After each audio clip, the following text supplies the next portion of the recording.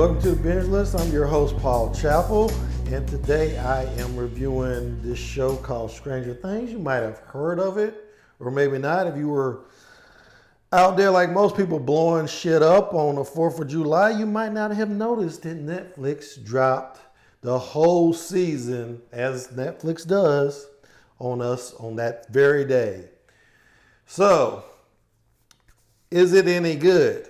I have to say, yes, it is good, but for not the reasons you think, because there was a lot of things that I had a problem with on my critical side of my brain. On the side of my brain that loves all the childhood references, and that side was really overjoyed with what this season turned out to be. And it's just because I'm a child of the 80s. I love all the references. I love the fact that we actually got to see Back to the Future being played in the theaters in Hawkins. I like the fact that they actually played some of the theme music from Back to the Future. That just did something to me. So I love it for those reasons. And it's hard not to love a season that is just a love letter to the 80s in every way. I mean, for God's sake, we have Russians as the villain this time around. Instead of this shadowy government agency, the energy department, we have actual Russians as the bad guys. And I loved it. It was true to the spirit of the 80s. But I have to tell you right now, I'm going to run through really fast what I loved about this season, and then I'm going to get to the second half of my review about some of the questions that this season posed to me in the rational part of my brain.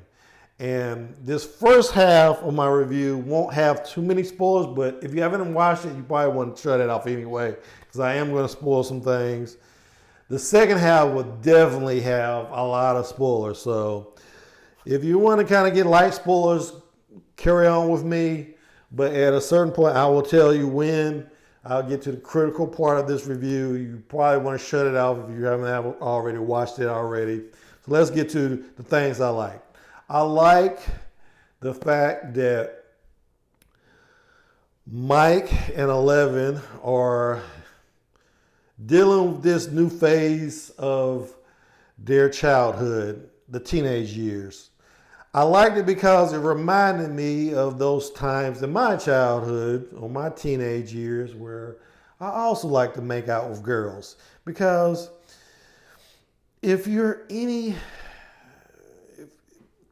American male, we all know what it is to make out. Now, kids these days may not make out anymore. I don't know. I'm an old guy.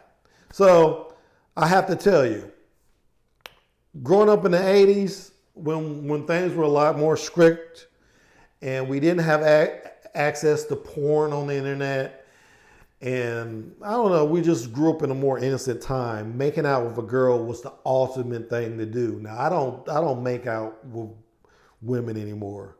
I mean, me and my wife do some other things we won't go into.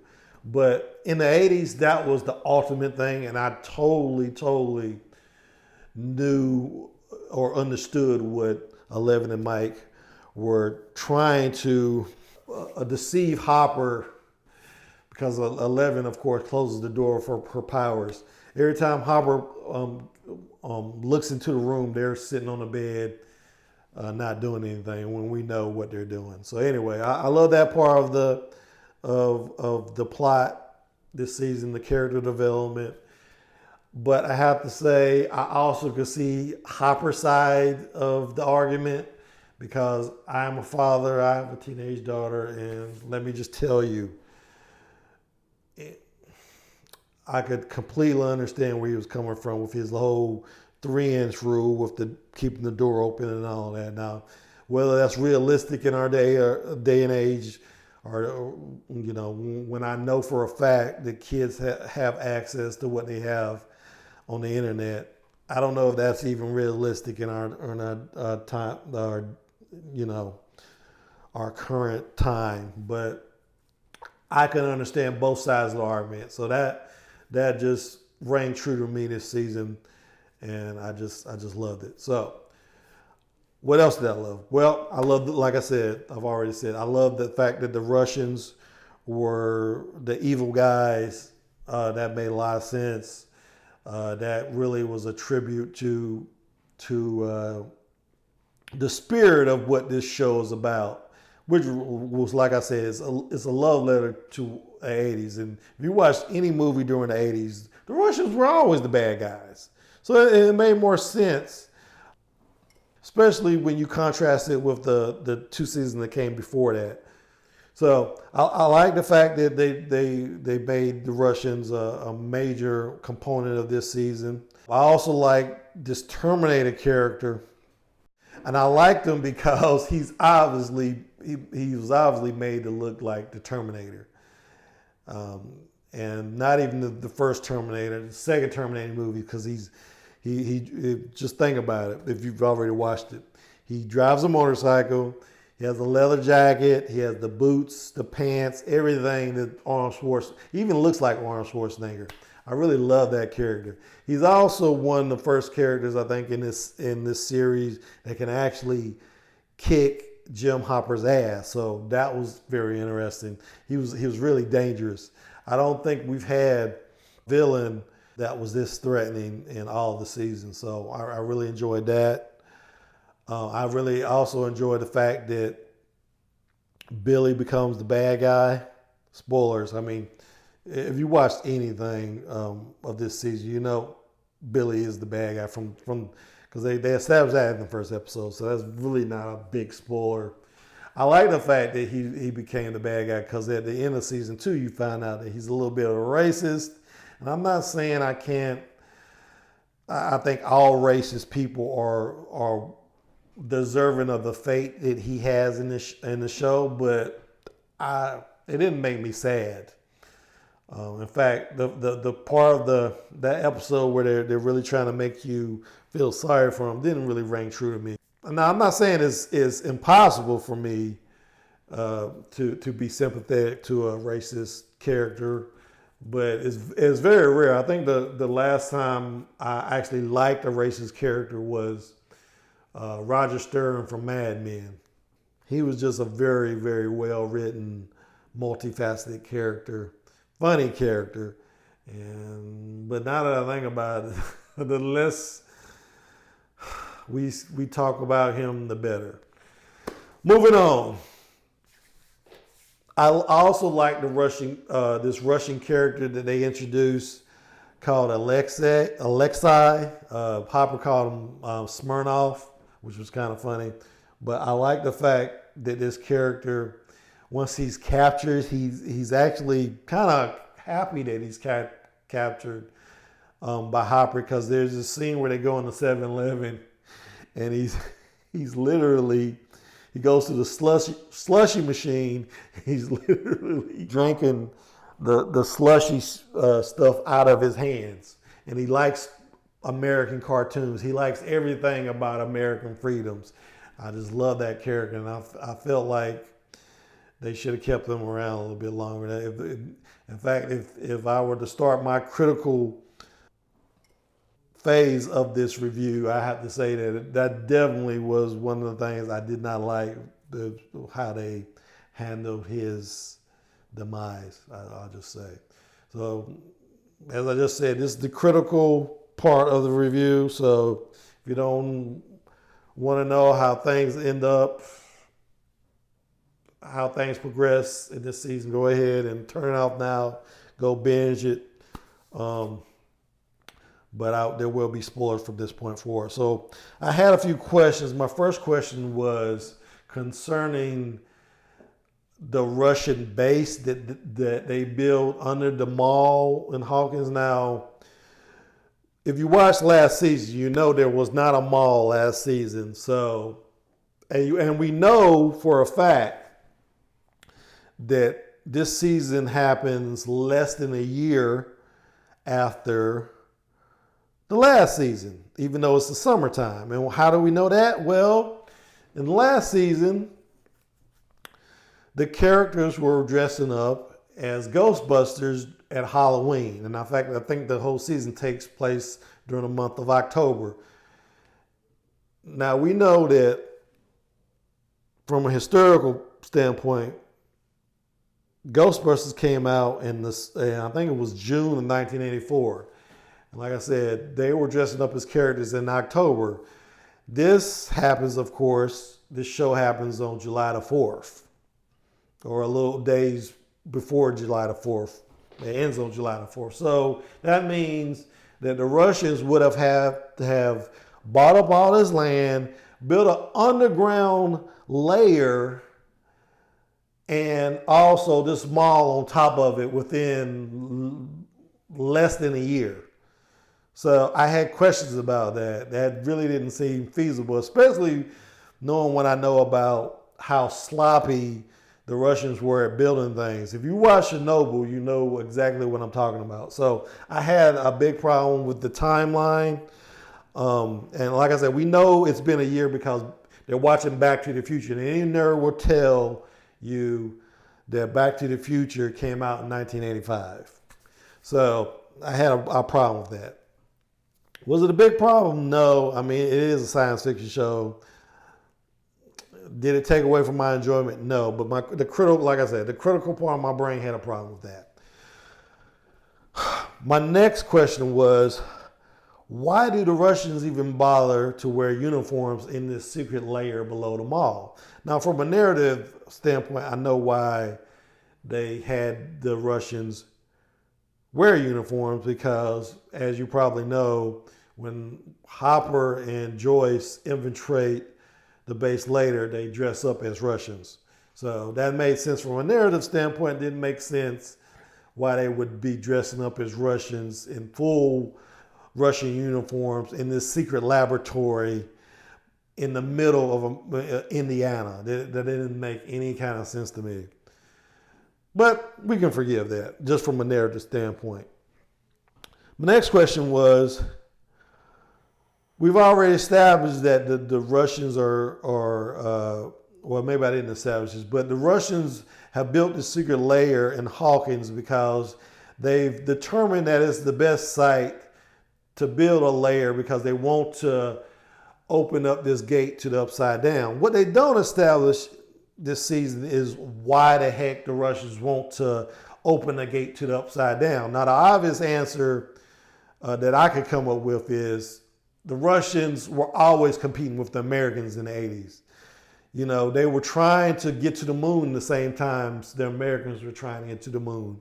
So they were always trying to keep this at the same level as the Americans and everything. So from that standpoint, you could explain it, but I really don't understand what they hope to accomplish once they actually open up the gate to the upside down. Were they going to release the demigorgons or the demigods into America and destroy America within? That never really got established. So I had questions about that. The critical part of my brain says that they're going to answer that question next season because there is an end credit scene that happens after the last episode where they take you to Russia and they show you that the Russians do have plans with the upside down because they've captured one of those dogs, demi-dogs, that they had last season. So, incidentally, during that end credit scene, they refer to the American. Now, we know throughout the season that whenever they refer to Hopper, the Russians I'm talking about, whenever the Russians refer to Hopper, they always refer to him as the American. So I think, I'm pretty sure that Hopper did not die in that last episode like they presented. I think the most reasonable explanation for what happened to Hopper is that he jumped through the gate before Joyce pulled the two keys and that reactor exploded. But I don't have any hard proof of that, but it just seems like the most logical conclusion because they're not going to kill one of the most popular characters in the series. Which brings me to something else I did not like about this season, why was Nancy Wheeler and Jonathan Byers in this season at all?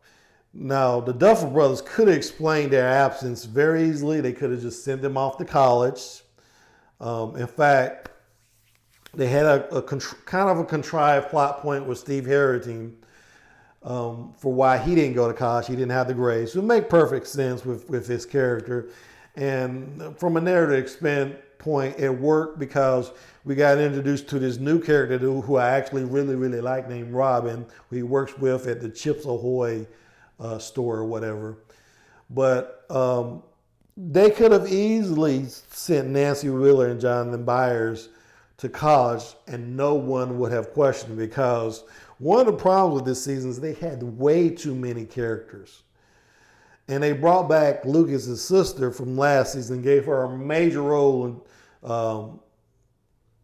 in the whole Russian plot. So my question was, why did we even need Nancy Wills and Jonathan Byers? Their little subplot really didn't go anywhere. It was the least satisfying subplot this season. And those characters just aren't very compelling to me as the other characters are. They're not really nerds like the other characters. They're just really just kind of there. Now, I know they were trying to make a point about the sexism that Nancy was experiencing when she goes to work for the newspaper, but that plot really doesn't really go anywhere either. So I just question why we even needed those two characters at all. And like I said, they could have easily explained that they were away at college. That would have made perfect sense and nobody would have cared. So that pretty much is it. I had problems with those plot points, and like I said, even though I liked the season overall, I felt like it could have, even though it was only 8 episodes, they could have made it a little bit leaner by leaving out Nancy Wheeler and Jonathan Byers. But overall, I think it's worth a binge watch.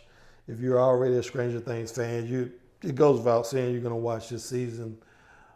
They had some compelling things in the season, but I would hope that next season the Duffer Brothers cut down on the characters a little bit, come at us with a little bit more cohesive plot, because one of the other things I didn't understand was I didn't really understand what the Mind Flayer was really trying to do. I know he was turning out everybody into pod people, but then there was this whole subplot with him trying to kill 11, and I don't really understand how he related to the whole gate being open. I think he was gaining some power back because the Russians had opened up a little rift into the Upside Down, but they really didn't make that clear. So I didn't really understand how the plot point with the Mind Flayer and the Russians opening the gate, and I just didn't understand any of that. Not that it mattered in the end, I guess, because of course the Mind Flayer is trying to get revenge on 11. He's the reason that he failed to take over last season. But I really would wish they would work on a plot a little bit more. In fact, they might want to do like a lot of these shows are doing, like Better Call Saul, like Game of Thrones. They take a year off before the next season. So I think they could have definitely used a little break and make the next season a little bit better.